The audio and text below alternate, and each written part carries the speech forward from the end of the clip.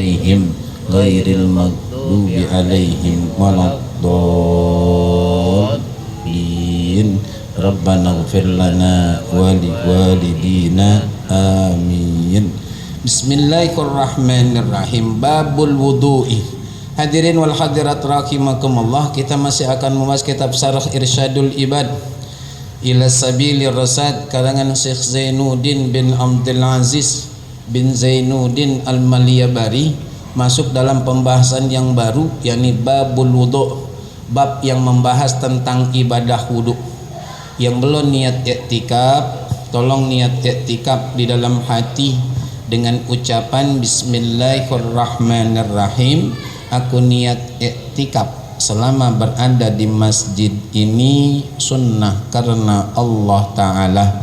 Lalu lanjutkan dengan niat nuntut ilmu juga dalam hati dengan ucapan Bismillahirrahmanirrahim. Aku niat nuntut ilmu malam hari ini karena Allah Ta'ala. Semoga Allah Subhanahu wa Ta'ala memberikan kepada kita ilmu yang berkah, ilmu yang mudah, ilmu yang manfaat dunia akhirat. Amin ya rabbal.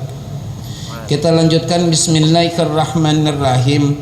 Akhraja asy-syaikhani an Abi Hurairah radhiyallahu anhu qala, mengeluarkan Imam Bukhari dan Imam Muslim dari Sayyidina Abi Hurairah, semoga Allah meridhai beliau. Beliau berkata, qala Rasulullah sallallahu alaihi wasallam, bersabda baginda Rasul sallallahu alaihi wasallam, la yaqbalullahu salata ahadikum idza ahdatha hatta yatawadda. Tidak diterima oleh Allah Subhanahu wa Ta'ala ibadah solat seseorang di antara kalian jika dia berhadas sampai dia wudhu. Hadas itu terbagi dua, hadas kecil, hadas besar. Kalau hadas kecil diselesaikannya, disucikannya dengan berwudhu. Hadas besar dengan cara mandi, diawali dengan niat berbarengan dengan air yang jatuh ke tubuh kita. Kemudian jika seseorang itu dia belum berwudu, maka terhitung sholatnya enggak sah, Allah enggak terima. Bisa jadi kelihatannya wudu, tapi dia enggak paham ilmu wudu. Kayak apa itu sukron? Kayak air, dia nggak kenal air, cuma lihat wujud air. Nggak bisa nih hadirin wal hadirat rahimakumullah. Air yang disangka oleh beliau itu boleh digunakan untuk berwudu, padahal secara ukuran takaran kurang dari 2 kulah. Dan itu nyipret sampai masuk ke penampungan air alias ember yang jumlah airnya sedikit, maka otomatis air tersebut disebut mustakmal alias air bekas kalau memang nggak kena najis. Kalau kena najis maka lebih nggak bisa lagi digunakan untuk bersuci. Yang kedua, bisa jadi dia wudhu airnya benar, air yang suci mensucikan, tapi dia nggak tahu dari mana sampai mana basuhannya. Masih banyak yang begini kita temukan, baik wajah, tangan, juga kaki. Maka kalau terhitung dia cara basuhnya dia nggak paham dari mana sampai mana, otomatis nggak sah wudunya, karena nggak bersesuaian dengan tuntunan Rasulullah. Kan begitu kata baginda Rasul sallallahu alaihi wasallam, ya kan? Kullu ummati yadkhulunal jannah illa man aba. Qila wa man ya'ba ya Rasulullah? Qala faman ata'ani dakhalal jannah wa man asani faqad aba. Seluruh umatku, umat Islam laki perempuan pasti masuk surga kecuali yang enggak mau. Sahabat heran, ada yang bertanya kepada Rasulullah, apa yang engkau maksudkan ya Rasulullah? Orang Islam enggan masuk surga. Rasulullah menyatakan faman ato'ani, barang siapa yang taat dengan ajaranku, tuntunanku, didikan aku, bimbingan aku, maka dia masuk surga. Maka yang gak taat berarti dia ogah. Makanya setelah wafat baginda Rasul, sahabat, tabi'in, tabi'in, salaf dan khalaf ulama, ada ulama-ulama kita yang sekarang pepet. Tuh, jangan cuman maulid doang, jangan cuman isra doang, jangan cuman tahlilan doang, taklimnya pepet. Cari tahu guru kita ngajarnya kapan. Tuh begitu kudunya saudara, supaya kita tahu setiap ibadah dasarnya ilmu, bukan dasarnya nyontek atau asal tahu tapi belum paham. Man arada dunya fa'alaihi bil ilmi, wa man arada al akhirah fa'alaihi bil ilmi, wa man aradahuma fa'alaihi bil ilmi. Barang siapa yang ingin sukses di dunia, kata baginda Rasul, harus pakai ilmu. Barang siapa ingin selamat besok dari neraka langsung masuk surga, harus dengan ilmu. Yang mau selamat di sini bahagia di akhirat harus dengan ilmu. Bohong orang kalau bisa sukses tanpa ilmu, bohong. Apalagi urusan agama yang pelik. Harus pakai ilmu. Pusatnya ilmu di ulama. Sebagai pewaris Nabi, dempetin, pepet beliau-beliau. Mumpung alhamdulillah masih sehat dan panjang umur. Tak kalau udah wafat aja dah, yah meninggal guru kita, yah doang. Ngaji dong, hadir majelisnya gitu saudara. Kita lanjutkan lagi. Jadi batasannya dari mana ke mana dia belum paham. Contoh, dia wudhu basuh wajah,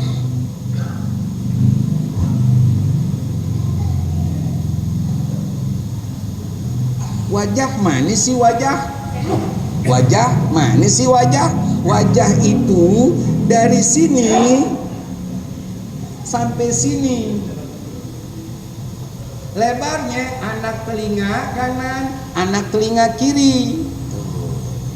Di bawah bibir ada lengkukan sampai dengan janggut, itu pun harus kena basuh. Itu nggak kena basuh berarti ada bagian dari wajah yang nggak tersentuh air wudhu, nggak sah. Gitu saudara. Jadi hati-hati dan kudu paham. Tangan gosok-gosok nggak sampai sikut, sampai sini doang. Ada banyak.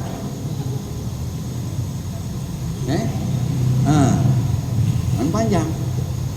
Makanya maaf, kalau boleh izin sama ketua, sama pengurus, sama guru-guru, sama jamaah, ini tangan.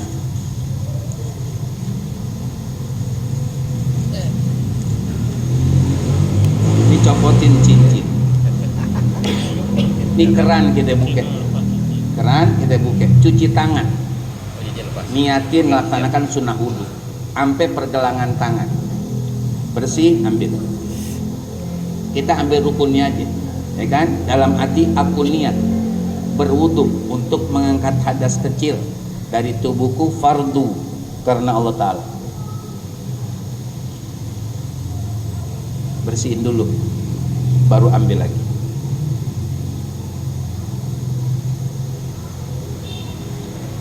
Sampai 3 kali. Berarti sini kita nih yang ada belek-beleknya, sama sini bersih. Kalau ada kita yang sholat habis salam kanan salam kiri dia begini, alhamdulillah, belek, ulang wudunya. Emang apa? Ada sesuatu yang nahan air sehingga nggak masuk ke sela-sela mata. Ada yang begitu gak?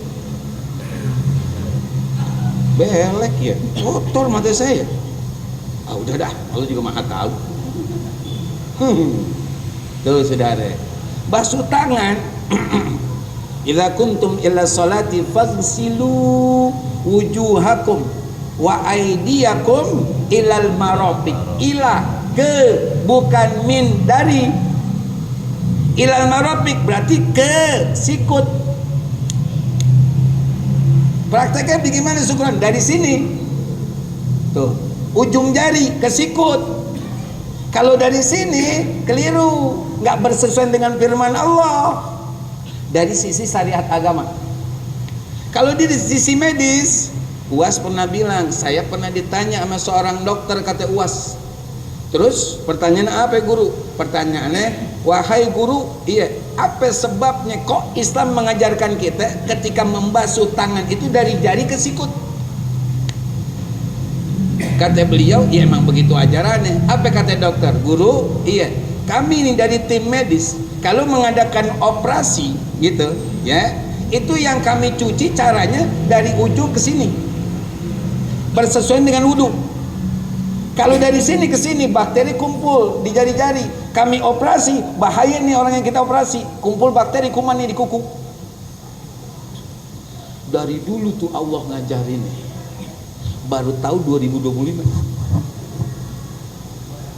Dari sini ke sini, bukan diguyur, bukan gosok basuh, beda ame pala usap. Lewatin, ini sikut lewatin, ini selesai. Jangan kanan kiri, kanan kiri, kanan kiri, enggak, kanan dulu sempurnain, baru kiri. Gitu saudara. Kaki bagaimana Sukron? Kaki sering kita contohkan, ini kaki nih, ini punggungnya, ini tapak kakinya, ini mata kakinya, gitu. Kata Walid, kata ayah, kalau kaki kanan yang ingin dibasuh, bukan diusap, dibasuh, ya, ambilnya dari bawah, pakai tangan kiri, sela-selain. Kata ayah nih, baru punggung, sampai mata kaki lebihin dikit. Tuh ayah. Ketika kaki kiri yang akan kita basuh, yang bergerak, yang bekerja tangan kanan, ambilnya dari atas, gosok bawah tapakannya, tuh. Mata kakinya lebihin dikit, sempurna. Kan yang ada kakinya digoyang doang. Udah. Betisnya digosok. Kan nggak ada bahasa Al-Quran sama bahasa hadis, gosoklah betis kamu, nggak ada. Nih bener dia airnya, batasannya dia nggak paham, nggak wudhu namanya. Begitu, iya, dua. Yang ketiga, batalnya wudhu. Batalnya wudhu keluar sesuatu dari kemaluan depan, namanya pipis, mazi, wadi, keluar, batal tuh wudhu. Atau lewat belakang, pup atau angin, tuh. Atau dia tidur nggak tetap. Kalau tetap begini tidur nggak batal, tapi kalau sorong ke belakang batal, sorong ke depan batal. Makanya tahadus bin nikmah, istighfar taubatan nasuha. Saya kalau Jumatan ngelihat jamaah tidur,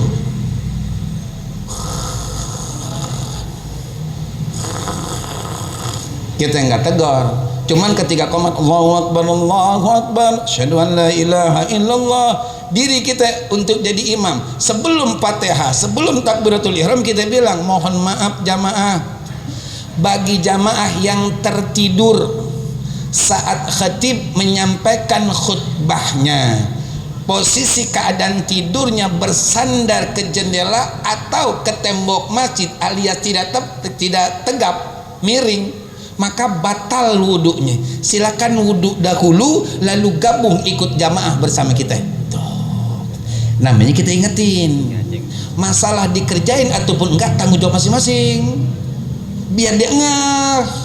Karena ini kata Rasulullah, la yaqbalullahu salata ahadikum idza ahdatsa hatta yatawadda. Enggak diterima oleh Allah salat di antara kalian ketika dia berhadas sampai dia berwudu. Nah, kalau tidur begitu batal wudunya, berarti dia hadas. Enggak Allah terima, wudu dulu. Ngaji namanya. Nah, ngaji. Yang berikutnya bersyukur, bersentuhan. Kulit laki-laki dewasa dengan kulit perempuan dewasa yang bukan mahram.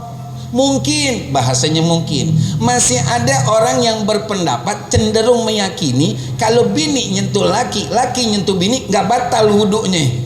Mungkin, Tapi kalau bermazhab Syafi'i tetap batal, saudara. Ada dorongan nafsu ataupun tidak saat bersentuhan tetap batal. Kan bini udah halal syukron, dia namanya ajnabiyah, orang asing. Kalau adik kita yang perempuan sedara sekandung namanya mahram, empok kita mahram, keponakan kita mahram, haram kita nikahin, maka bersentuhan kita peluk pun gak batal. Tapi kan bini udah boleh kita hubungan. Saudara, itu masalah judul awalnya haram ke halal, bukan masalah tentang batal tidaknya wudu. Keliru, saudara. Kalau batal enggaknya wudu itu tetap berlaku. Gitu loh. Ya, tolong nih. Ya, dipahamin, tolong dipahamin. Maka kalau udah begitu wudu lagi. Wudu lagi, sempurna wudunya, ya. Karena enggak diterima oleh Allah Subhanahu wa taala. Kita lanjutkan. Wa Abu Sa'id an Ibni Mas'ud, dari Imam Abu Sa'id, dari Sayyidina Abdullah bin Mas'ud, semoga Allah meridhai beliau, baginda Nabi besar Muhammad sallallahu alaihi wasallam bersabda, umira bi abdin min ibadillahi ta'ala, diperintahkan dengan seorang hamba dari hamba-hamba Allah Ta'ala, yudrabu fi qabri, untuk dipukul di kuburannya. Saya berhenti dulu sampai di sini. Dari dalil ini pula jelas buat kita ada siksa kubur. Ada siksa kubur, saudara. Siksa permulaan sebelum siksa beneran di akhirat. Banyak nih. Termasuk orang yang gibah. Tahu gibah ya? Gibah. Mau laki kayak mau perempuan kayak dapat siksa tuh sebelum kiamat tiba, sebelum ada hisab, sebagai permulaan siksaan dari Allah gara-gara kesalahan gibahnya dia di dunia. Mau laki kayak mau perempuan sama, dan amal ibadah pahalanya habis gara-gara ya nih, yudrabu fi qabrih, diperintahkan oleh Allah kepada malaikat untuk memukul orang ini di kuburannya. Kita lanjutkan. Mi'ata jaldah, sebanyak 100 kali pukulan, 100 kali pecutan. Falam yazal yas'alu wa yad'u hatta sarat jaldatan wahidatan. Hamba ini dalam kuburnya minta amal, ya Rabb kurangin apa, ya Rabb kurangin apa. Kan begini hadirin wal hadirat rahimakumullah, malaikat itu tinggi besar dah, kepala mulia beliau tembus ke langit, kaki mulia beliau tembus ke dasar bumi. Adiknya di kuburan kita, kitanya kecil banget, kecil, diginiin aja nih amit jarinya mendem, apalagi dipukul mendem gitu, diginiin aja. Nah ini hamba minta amal, ya Rob kurangin apa, jangan 100, kurangin apa gitu, selalu udah minta, selalu udah diijabah oleh Allah, diijabah oleh Allah, sampai tinggal cuman 1 kali pukulan doang.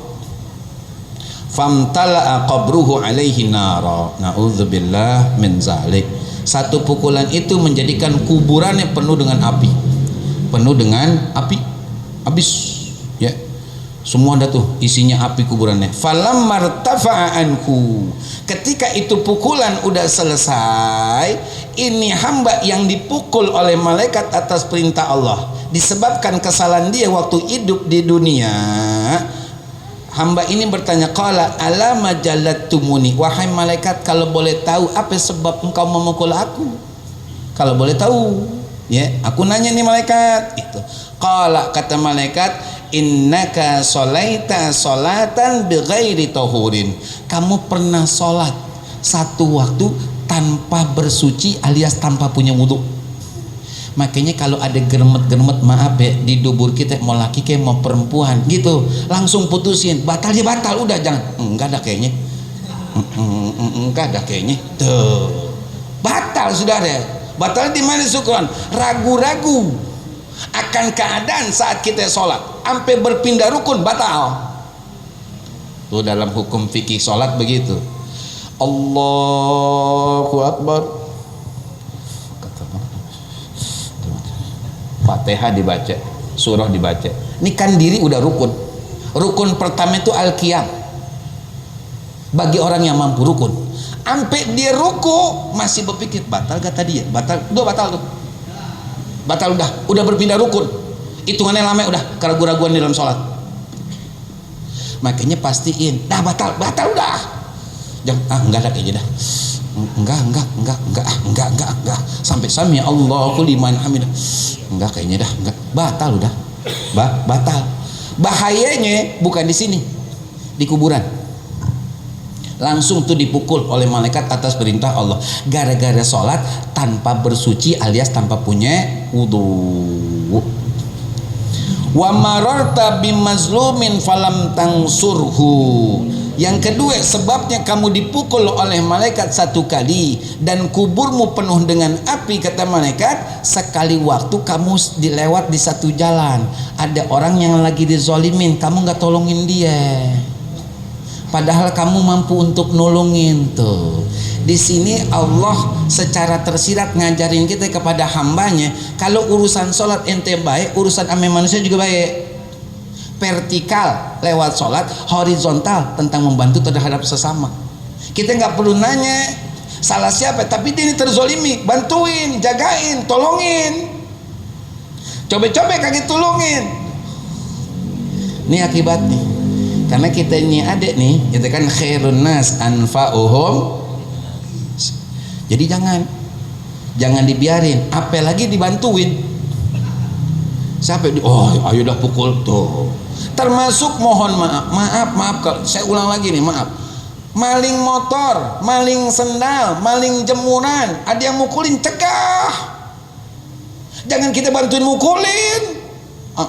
Pukul kamu batak. Tinggal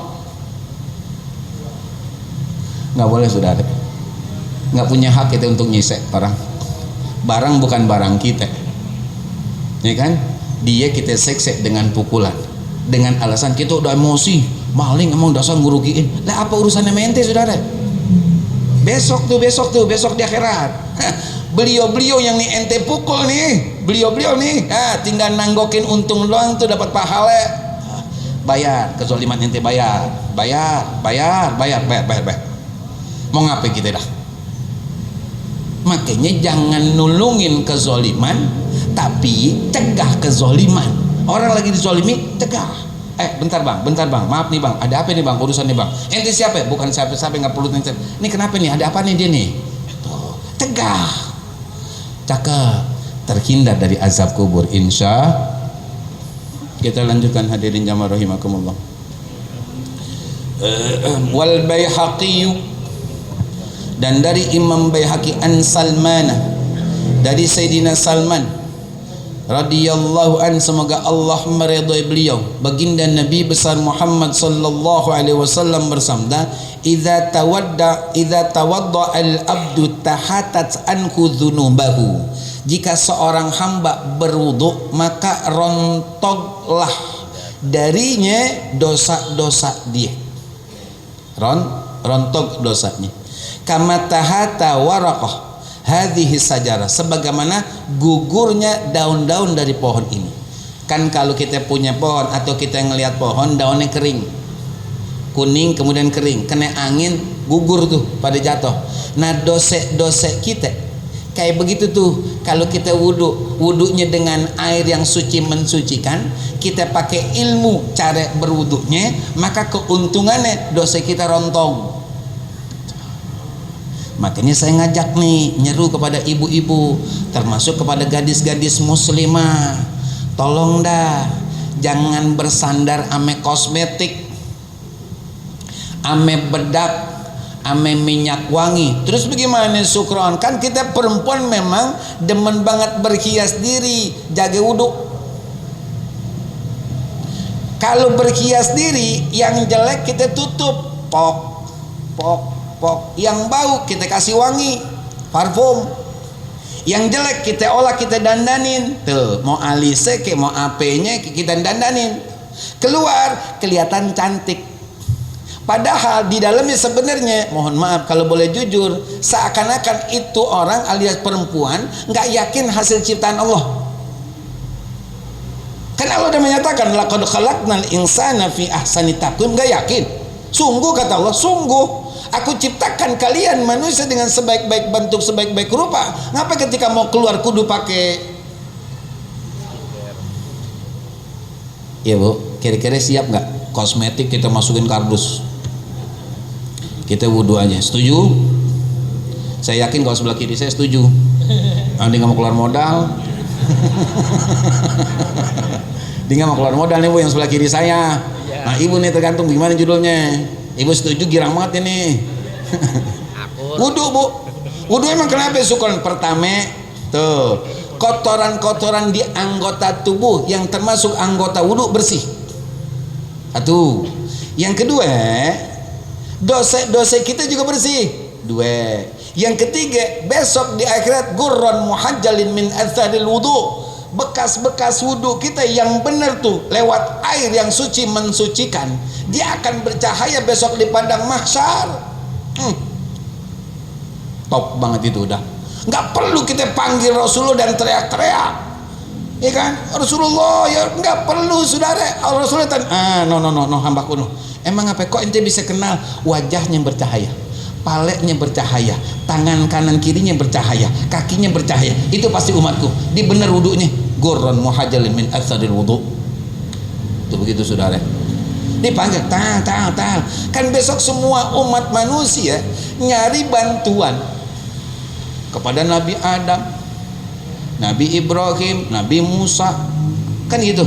Akhirnya beliau-beliau memang nggak punya kuasa untuk memberikan bantuan. Akhirnya mereka mencari bantuan kepada baginda Rasul.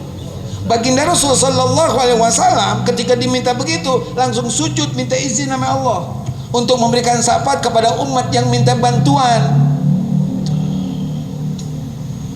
Gitu. Dan Rasulullah adalah Nabi dan Rasul yang nggak ngumbar doa saat hidup. Tujuan apa? Buat digunakan besok di padang mahsyar. Bantuin umatnya yang punya banyak kesalahan tapi udah berupaya untuk menghapusnya di dunia. Masih ada sisanya, Rasulullah angkat tangan dan Allah berjanji, akan aku penuhi wahai Muhammad apapun yang kamu inginkan, kamu minta sampai kamu redha. Itu janji Allah, sampai kamu redha wahai Muhammad aku penuhi. Tinggal kita ini umat yang maunya bagaimana. Kalau masih banyak lagu urusin sendiri dah kata Rasulullah. Kan masih banyak yang banyak lagu. Kayak apa syukur? Majlis taklim ada saudara, masjid ada, musola ada, wudhu ada, Quran ada, orang tua ada, duit ada, ilmu ada. Pakai dong buat gugurin dosa, pakai dong untuk cari redha Allah. Lagu-laguan maka urusin dah. Maka ketika ada seorang sahabat, ya Rasulullah tolongin apa aku untuk bisa masuk surga, kata begitu, fa'inni ala nafsika bikathratis sujud, atau kama qala Rasulullah sallallahu alaihi wasallam. Kalau memang ente minta tolong sama aku kata Rasulullah untuk bisa masuk surga dengan lancar dan mudah, tolongin aku pula untuk dirimu. Caranya bagaimana? Bikathratis sujud, dengan banyak sujud. Sujud yang wajib fardu ain 34. Yang tambahan monggo segera tambah sendiri. Kan 34 kita sujud. Subuh 4 kan gitu, Zohor 8, Asar 8, Maghrib 6, Isya 8, 34 kita sujud. Nggak boleh kurang tuh. Dan nggak ada tawar menawar kecuali musafir dengan jarak yang udah ditentukan oleh syariat agama, dengan dasar sudah ditentukan oleh syariat agama, dengan durasi pun udah ditentukan oleh agama. Maka boleh saat itu kalau udah terpenuhi persyaratannya mau menjamak boleh, alias tetap utuh rakaatnya, cuman waktunya yang digabung. Ada jamak takdim, asar ditarik ke zohor, isya ditarik ke maghrib, atau jamak takhir, zohor ditarik ke asar, maghrib ditarik ke isya. Kalau kosor yang 4 rakaat jadi 2, itu aja. Tuh. Selain dari musafir ya udah begitu keadaannya biasa 34 kali sujud. Kata Rasul begitu. Kalau memang ente minta tolong sama saya, tolongin aku pula kata Rasulullah, supaya ente bisa nih masuk surga dengan aman dan lancar. Caranya bagaimana? Bikathratis sujud, dengan banyaknya sujud. Jangan dipahami begini, kalau banyak sujud berarti kita banyakin jumlahnya. Enggak, bobotnya dulu. Nih, sujud itu saya ulangi lagi, termasuk kemarin di pengajian di salah satu masjid. Sujud itu dengan 7 tulang, saudara. Mau banyak tapi salah percuma. Yang pertama, jidat jangan ketutup. Syukran, ente dari dulu nerangin begini terus, masih ada soalnya. Dan saya lihat dengan mata kepala saya rapat. Ini dia pakai peci begini. Di mana jidatnya nyentuh tempat sujud? Di mana ya? Islam tidak mengajarkan tentang jumlah, banyakin, enggak. Kualitas dulu, pakai ilmu dulu, praktekin dulu, sesuai dengan tuntunan itu dulu, baru jumlah. Bukan kuantitas, saudara, tapi kualitas. Kualitas. Tuh, ini jidat dibuket, termasuk yang perempuan, buket nih jidat tuh. Kacain, cerminin. Kenapa perempuan dibuka dan dicerminin? Supaya kalau ada rambut keluar, masukin di dalam mana. Dah, buat perempuan dagu tutup. Tuh, jangan jidat dibuka. Nih, bawahan bagian palek naruhnya di sini. Udah buka aurat namanya tuh. Belum sholat aja udah batal. Belum sholat udah batal. Pertama ini. Yang kedua, tapak tangan kanan kiri. Makanya salah kalau orang sujud begini. Nih, salah. Emang apa? Dia nggak nyentuh nih perut tapak tangannya nggak nyentuh bumi. Dia begini. Apalagi begini. Syukran ente supaya kita genah ibadah, supaya benar ibadah. Kalau udah tua masih kagak benar juga, kapan sadar? Maafin ya kalau kurang sopan bahasa ini, karena masih ada yang begini. Udah begitu sujudnya dihamparin tangannya. Kata Rasulullah, jangan sujud istilahnya kayak onta, kayak guk-guk. Mungkin ini sholat mungkin kalau nggak dicolok dia nggak bangun kali, dia tidur. Iya anjing. Kudunya tapakin tuh, arahin semua jari-jari kita ke arah kiblat, renggangin dikit, napak. 3, 1, 2, 3, dengkul, nyentuh, jangan diangkat dengkul, walau ada jarak dikit, namanya nggak nyentuh, kecuali ada bisul. Ada luka kali dah, ditekan ngebet, boleh. Tidur, boleh uzur. Nah yang terakhir saya ulang banget nih, saya minta izin sama ketua pengurus dan semuanya guru-guru. Ini guru ini kita sami Allah nih, tidak nih.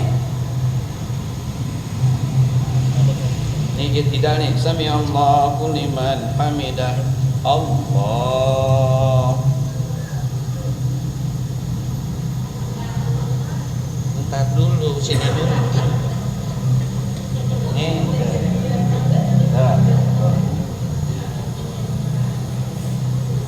Ini kakinya begini. Ada yang begini.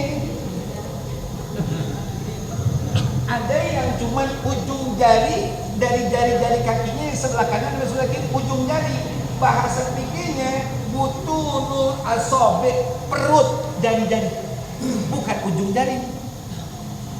Salah kalau ujung jari, saudara, nggak sah. Khususnya imam. Kalau memang belum paham, mundur. Yang paham maju jadi imam, cakep. Kudu begitu, saudara. Dia domin soalnya imam. Kurang-kurang dikit makmum, dia akan sempurna sama apa? Imamnya bagus. Ini imamnya nanggung, makmumnya banyak yang salah. Yang bikin sempurna siapa? Kakinya ini.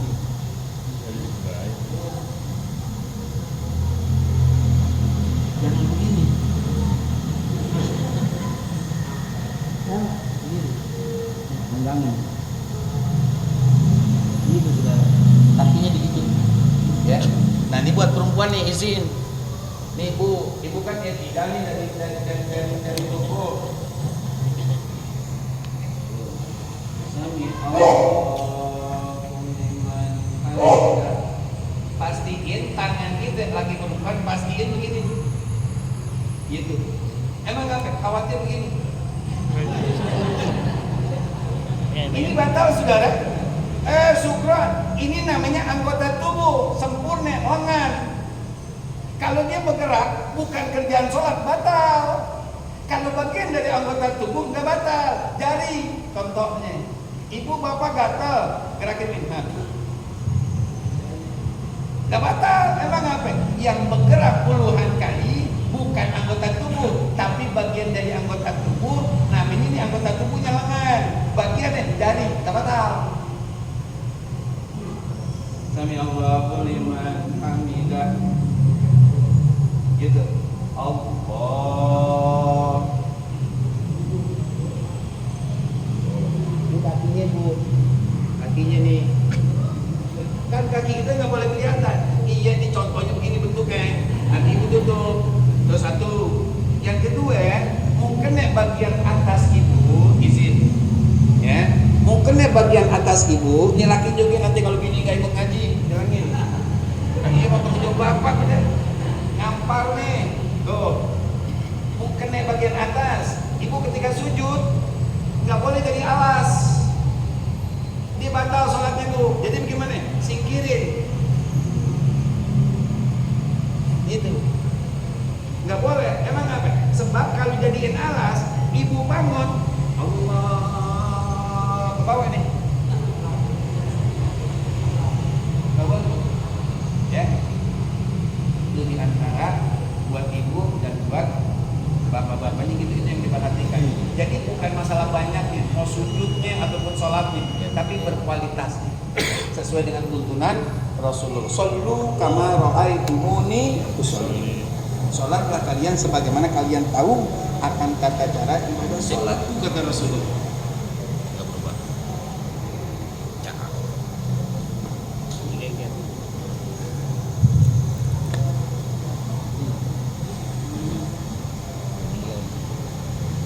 Jadi kata baginda Rasul, jika berwudu salah seorang hamba Allah dengan sebaik-baik wudu, tahatat anhu dzunubahu kama tahata waraqun hadhihi sajarah. Jika seorang hamba dari hamba Allah, muslim muslimah, dia berwudu benar, maka akan rontok dosa-dosanya dari setiap tetesan air dari anggota wudunya. Sebagaimana daun kering berguguran gitu kan dari pohon yang ada, gugur tuh dosa-dosa kita tuh, bersih tuh. Makanya boleh dan dianjurkan tajdidul wudu, memperbaharui wudu walau belum batal wudunya. Syaratnya wudu yang pertama udah dipakai buat sholat, dia wudu lagi. Misalkan sekarang nih ada yang nggak batal, misalkan Sadzar kasih nggak batal, beliau ke tempat wudhu. Kok antum wudhu lagi? Kan belum batal. Iya, tajdidul wudhu. Boleh, dapat 10 kebaikan wudhu kata baginda Rasulullah SAW. Perbaiki wudhu, perbagus wudhu. Jadi posisi kita, keadaan kita selalu berisi kebaikan-kebaikan sesuai dengan tuntunan, bimbingan, arahan baginda Nabi besar Muhammad Sallallahu Alaihi Wasallam. Tolong jangan dikibatin, juga jangan dilap, kecuali bagian wajah dekat mulut. Emang kenapa syukron? Khawatir ada tetesan air dari jidat atau dari kepala turun pas kita lagi walau masuk lo gitu, batal sholatnya, batal sholat. Emang apa? Terhitung minum namanya. Maka kita lap tuh, yang lain gak usah dilap, biar dia netes sendiri, dan itulah jatuhnya dosa-dosa kita atas izin Allah Subhanahu wa taala. Kita baca Fatihah, kita mohon sangat hanya kepada Allah Subhanahu wa taala. Mudah-mudahan dosa-dosa kita, dosa orang tua, kakek, nenek, guru, keluarga, juga mertua, baik yang masih hidup ataupun yang sudah meninggal dunia, senantiasa mendapatkan ampunan Allah Subhanahu wa taala. Kita yang masih hidup bersama pasangan dan anak keturunan kita senantiasa mendapatkan petunjuk hidayah Allah Subhanahu wa taala, mendapatkan bimbingan hidayah Allah untuk dapat memanfaatkan sisa umur yang ada, nikmat yang Allah berikan untuk ibadah, untuk menjalankan ketaatan, ikhlas lillahi taala, juga istiqamah agar akhir hidup kita dan seluruh anggota keluarga kita, juga guru-guru kita dalam keadaan husnul khatimah. Semoga Allah tempatkan, Allah kumpulkan, Allah satukan, Allah gabungkan kita bersama orang-orang yang kita cintai dan mencintai kita di dalam surganya Allah Subhanahu wa taala. Bitilka niyyah al-Fatihah. A'udzu billahi minasyaitonir rajim.